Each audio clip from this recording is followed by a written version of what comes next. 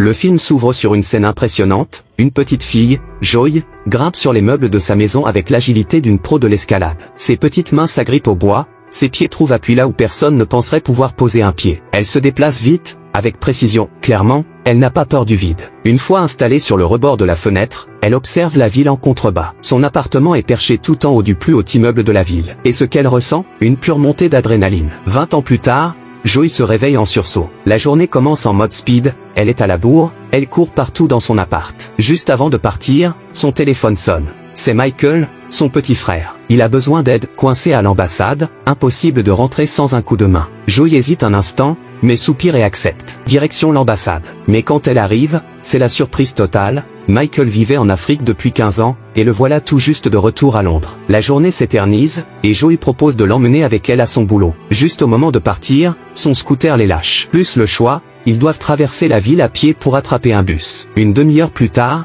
Joy se retrouve devant les grandes portes vitrées d'un gratte-ciel. Elle demande à Michael d'attendre dans le hall, le temps qu'elle s'occupe de ses affaires. Mais ce qu'il ne sait pas encore, jusqu'aux yeux. Joy, curieuse, lui demande pourquoi elle n'est pas encore en congé maternité. La collègue, avec un sourire fatigué, lui répond que son patron ne la laisse partir qu'à partir de la semaine prochaine. Les portes s'ouvrent, Joy file à son poste. Elle récupère son équipement, attache son harnais avec une précision de vétéran. Suspendue dans le vide, elle n'a pas peur. Juste concentrée. Le vent souffle fort, mais ses mains restent stables. Elle est dans son élément. Pendant ce temps, Michael s'impatiente dans le hall. Il regarde autour de lui, puis décide d'aller voir à l'étage ce qui s'y passe. En haut, les deux frères propriétaires du bâtiment sont entourés de caméras, la presse est là, car un grand événement est prévu dans quelques heures pour fêter leur succès. De retour sur la façade, Joy continue de frotter les vitres, seule face à la ville. Mais pas pour longtemps, un collègue la rejoint. Ils échangent quelques mots sur l'événement à venir. Quelques instants plus tard, Joy coupe court à la discussion. Le temps presse,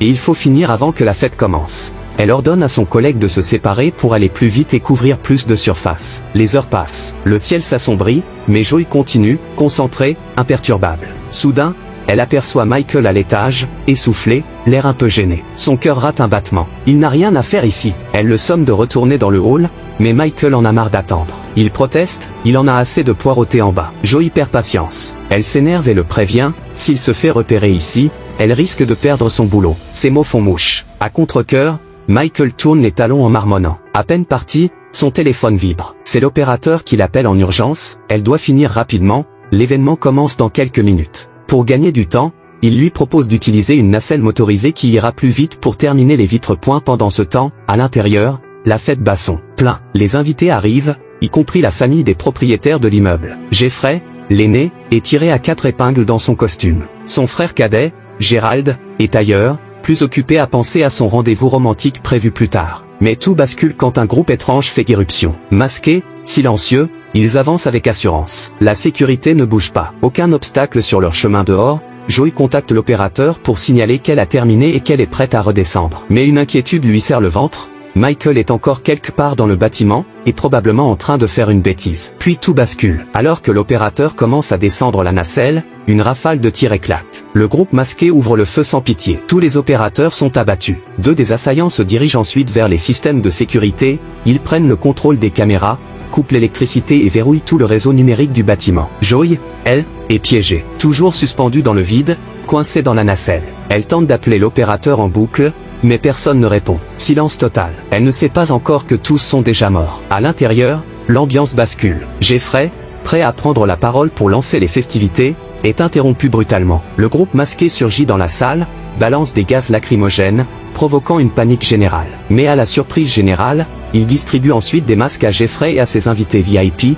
avant de les ligoter et de les INSC. Et là que leur chef se montre. Il s'appelle Marcus. Calme, maître de lui. Il s'avance vers Jeffrey et les autres, et leur lance d'un ton. Au même moment, Michael est lui aussi coincé, enfermé dans une pièce emplie de gaz. Il lutte pour rester conscient. L'air devient lourd, irrespirable. La peur monte, mais il s'accroche. Peu après, Noah ramène Gerald auprès des autres otages. Il le jette violemment au sol, face à Jeffrey. Marcus, glacial, donne l'ordre, faites pression sur eux. L'objectif est clair maintenant. Ce n'est pas qu'un braquage. Ce qu'ils veulent vraiment, c'est leur argent, ou plutôt, leur fortune numérique, des bitcoins, stockés sur une simple clé USB. Et ils sont prêts à tout pour mettre la main dessus. Mais Jeffrey, malgré les coups, reste de marbre. Il serre les dents. Il ne cédera rien. Pas un mot. Joy, toujours suspendue dehors, regarde la scène en direct. Elle comprend, ce n'est pas juste un coup de force. C'est un vol méticuleusement planifié. Et les enjeux sont énormes. Elle se précipite dans la nacelle, déterminée à trouver un moyen d'alerter les secours. À l'intérieur, Marcus explose de rage. Il frappe violemment la table. Son regard brûle Noah. Je t'avais dit, aucun mort. Ce braquage devait être propre. Noah baisse la tête, tente de se justifier, promet qu'il n'y aura plus de sang. Mais Marcus n'est pas convaincu. La tension est à son comble. Joy, elle, explore la nacelle, cherchant un plan B. Son regard tombe sur une bouteille d'essence, laissez-la sans précaution. Une idée folle lui traverse l'esprit. Portée par le désespoir, elle saisit la bouteille, asperge la vitre, puis y met le feu. Des flammes s'élèvent aussitôt, dessinant un signal d'urgence impossible à ignorer. En bas, les gens s'arrêtent, lèvent les yeux. C'est la panique. Plusieurs spectateurs appellent immédiatement les secours.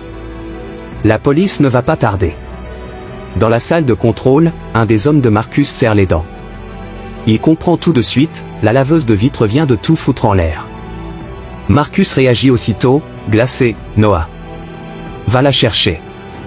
Tout de suite, de son côté, Gérald tente le tout pour le tout. Il file en direction de sa chambre, bien décidé à s'échapper. Mais Marcus et une de ses complices ne le lâchent pas. Ils le suivent de près, prêts à tout pour ne pas le laisser fuir. Pendant ce temps, Noah atteint enfin la nacelle. Il repère Joy toujours à l'intérieur. Mais cette fois, elle est prête. Avant qu'il n'agisse, elle sort un tournevis de sa poche et le plante dans le système de commande. La nacelle se bloque net. Le plan de Noah tombe à l'eau. Gérald, lui, atteint sa chambre. Les mains tremblantes, il décroche le téléphone et compose le numéro de la police. Mais avant qu'il puisse appuyer sur appel, Marcus et un de ses hommes font irruption, arme au poing. Marcus plaque Gérald contre le mur. Dis-moi où est la clé USB avec les bitcoins. Maintenant. Il le frappe violemment, mais jure de ne pas aller plus loin s'il coopère. Gérald s'apprête à parler, quand Noah débarque, arme levée, pointée sur lui. Marcus lève la main, baisse ton arme. On avait dit, pas de mort. Mais Noah ne dit rien. Il appuie sur la gâchette. Marcus s'écroule, les yeux remplis d'incompréhension. Noah reste impassible. Il regarde Gérald et lâche, presque calmement, je l'ai jamais supporté. Il tire de nouveau, cette fois dans la jambe de Gérald. Puis, avec un sourire glacial, il le traîne jusqu'à la salle des otages. Noah a pris le contrôle. Et maintenant, il fait les règles. Quelques instants plus tard, les sirènes hurlent dans la rue. Les secours sont là. Le feu de Joy a fonctionné. Mais est-ce déjà trop tard? Alors que l'équipe de sauvetage tente de la faire descendre de la nacelle, c'est le drame. Joy perd l'équilibre. Son harnais cède partiellement. Pendant quelques secondes, elle reste suspendue dans le vide, le danger à son comble. Malgré tout, elle garde son sang-froid. Elle parvient à contacter la détective Ruth, sur le terrain. Et contre toute attente, elles se connaissent. Joy, d'une voix ferme, Ruth, laisse-moi là pour l'instant. Tu dois entrer. Les otages sont en danger. Ils n'ont plus le temps. Joy dit à Ruth qu'elle peut remonter seule. Elle tiendra le coup. Mais à l'intérieur, le temps joue contre eux. Noah, lui, est au bout du rouleau. Il est passé à l'extrême, tous les otages portent désormais des vestes piégées. Chaque bombe est reliée à une montre attachée à son poignet. Si son cœur s'arrête, tout explose. Il est acculé. Les policiers l'ont encerclé. Il le sait, il n'a plus de marge. Alors il appelle directement Ruth. Sa voix est glaciale, menaçante. Il prévient, un seul faux pas, une seule intrusion, et tout le bâtiment part en fumée. Mais Ruth ne cède pas. D'un ton sec, elle lui répond qu'elle est là pour arrêter les criminels comme lui. Et qu'elle ira jusqu'au bout. Noah reprend, implacable. Il balance la vraie menace, les bombes sur les otages ne sont qu'un début. D'autres explosifs sont cachés aux étages inférieurs. Et s'il tente quoi que ce soit, il les déclenche tous. Ruth, déterminée, ordonne quand même une progression lente. Mais à peine l'opération commence, c'est le choc. Une explosion déchire le bâtiment. Un grondement secoue toute la structure. Noah ne bluffait pas, Ruth le sait maintenant. Le danger est bien réel. Choquée mais lucide, elle prend une décision difficile. Elle retire ses hommes. Plus question de risquer d'autres vies. À contre-cœur, elle choisit de surveiller de l'extérieur. C'est alors que son téléphone sonne. C'est Joey. Ruth décroche, inquiète, « Tu vas bien ? C'était quoi cette explosion ?» Sa voix est grave. Elle explique la vérité à Joey, la montre de Noah est le cœur du système. Si son rythme cardiaque s'arrête, les bombes explosent. Et il a tout prévu. Mais Joey ne tremble pas. Sa voix est droite, assurée, « Reste calme, Ruth. C'est à moi d'agir maintenant. » Silence. Puis Joey lâche une bombe, elle n'est pas qu'une simple laveuse de vitres. Elle était autrefois membre des forces spéciales britanniques. Une militaire d'élite. Elle a quitté l'armée pour une vie plus simple, plus humaine. Loin des armes. Mais aujourd'hui, elle n'a pas le choix. À l'intérieur, Noah serre Gérald plus fort. Il est obsédé par la clé contenant les bitcoins. Il menace, pousse, hurle, mais Gérald ne cède pas. Il tient bon, même face à la douleur. Dehors, Joey s'acharne. Elle tente de briser une vitre ultra renforcée pour entrer. Chaque coup contre la vitre est une torture. Elle donne tout ce qu'elle a. Son corps fatigue. Ses bras brûlent. Elle est à deux doigts d'abandonner. Quand soudain, crash. Un bruit fracassant la stoppe. Quelqu'un, de l'intérieur, vient de briser la vitre. Quelqu'un brise la vitre de l'intérieur, et attrape Joey pour la tirer à travers l'ouverture. C'est Michael. Vivant. Son cœur explose de soulagement, mais pas le temps de s'émouvoir. Il se lance aussitôt à toute vitesse à travers le bâtiment. Direction, la salle de contrôle. Ils doivent arrêter Noah avant qu'il ne soit trop tard. Mais 3 des hommes de Noah les repèrent. Une course-poursuite s'engage dans les couloirs. Joey ne perd pas une seconde. Elle attire les hommes dans un ancien entrepôt. Un piège parfait. Avec une maîtrise chirurgicale, elle neutralise 2 des assaillants.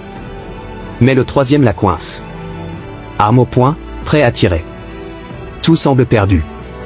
Jusqu'à ce que Michael intervienne. Il déclenche une explosion contrôlée. Le souffle projette Joey en sécurité, tandis que l'ennemi est éjecté hors du combat. Il fonce alors jusqu'à la salle des opérations. 2 autres gardes tentent de les stopper. Mauvais calcul. Joey les met au tapis, récupère le contrôle des caméras et du système numérique du bâtiment. Puis, jackpot, elle trouve la clé USB contenant les bitcoins de Jeffrey et Gérald, soigneusement planqués. Elle contacte immédiatement Noah. « J'ai ce que tu veux. » Elle fonce ensuite vers la salle de stockage pour le confrontation finale. Avant de partir, elle appelle Ruth, le système est de nouveau entre tes mains. Il ne contrôle plus rien. Ruth n'hésite pas une seconde. On y va. L'intervention est lancée. Joey, elle, tourne les yeux vers Michael. Va dans le hall. Attends les secours. Il refuse d'abord. Mais elle insiste, déterminée à le protéger. À contre-cœur, il accepte et part vers l'ascenseur. Joey inspire profondément. Elle sait ce qui l'attend. Quand elle entre dans la salle de stockage, Noah est là. Et il n'est pas seul. 2 hommes l'entourent. Joey ne perd pas de temps. Elle passe à l'action. Précise, rapide, implacable. Les 2 gardes n'ont aucune chance. En quelques secondes, ils sont neutralisés. Puis elle se tourne vers Noah. Le dernier obstacle. Pendant ce temps, les forces spéciales de Ruth pénètrent dans la salle des otages. En quelques mouvements coordonnés, ils neutralisent les derniers hommes de Noah. Gérald est sauvé. La bombe encore attachée à lui, mais il est vivant. Dans la salle de stockage, Joey et Noah se font face. Il fixe la clé USB dans sa main. « Donne-la-moi, et je libère tout le monde », dit-il d'un ton calme. Mais Joey n'est pas dû. Ce bracelet à son poignet, c'est le vrai piège. Un seul faux mouvement, un arrêt cardiaque, et tout explose. Elle le scrute. Elle attend. Puis Noah attaque. Le chaos éclate. Un combat brutal, sec, intense. Point contre point. Corps contre corps. Aucun d'eux ne recule. Ils donnent tout. chacun cherchant la moindre ouverture, la moindre erreur. Le combat continue. Intense. Sauvage. Aucun des deux ne lâche prise. Mais dans un ultime mouvement, Joey prend le dessus. Noah se retrouve suspendu dans le vide, accroché au rebord de la fenêtre du gratte-ciel. Le vent hurle. Ses yeux débordent de panique. La rage perce dans sa voix, je jure que si je tombe, j'emporte tout le monde avec moi. Mais Joey reste impassible. Un léger sourire calme éclaire son visage. Saute. Ce qu'il ne sait pas, c'est qu'en pleine bagarre, Joey lui a subtilisé la montre piégée et l'a passée à son propre poignet. Le piège est désamorcé. Sans qu'il ne s'en rende compte, elle a gagné. D'un geste net, elle le repousse. Noah chute dans le vide. Son règne de terreur prend fin, définitivement. Le bâtiment est sauvé. 30 minutes plus tard, les secours s'activent. Les otages sont évacués, pris en charge par les équipes médicales. La tension retombe. Joey, épuisée mais droite, s'éloigne du chaos. Ruth s'avance vers elle, le regard rempli d'admiration. Tu viens de sauver des dizaines de vies. Tu devrais être des nôtres. Mais Joey sourit, tranquille, je préfère nettoyer des vitres. Elle tourne les talons. Pas besoin de médaille. Juste le silence, la paix. Michael la rejoint. Il s'enlace, sans un mot. Un moment vrai, profond. Puis il murmure, j'ai toujours la clé USB. Et je compte pas la rendre. Joey le regarde, surprise, mais elle ne dit rien. Elle hoche la tête. Tu sais quoi? T'as raison. Un regard complice passe entre eux. Un sourire. Ce n'est que le début. Leur avenir? Il est fait de milliards, et de liberté. Et voilà comment l'histoire se termine. Morale de l'histoire? Quand ton job, c'est de laver des vitres à 200 mètres du sol. Tu ferais mieux d'être prêt à sauver le monde et quelques bitcoins au passage. Et si un jour tu te retrouves coincé dans une nacelle avec un criminel surarmé? Souviens-toi d'un truc, planque un tournevis. Et le jour t'appartiendra.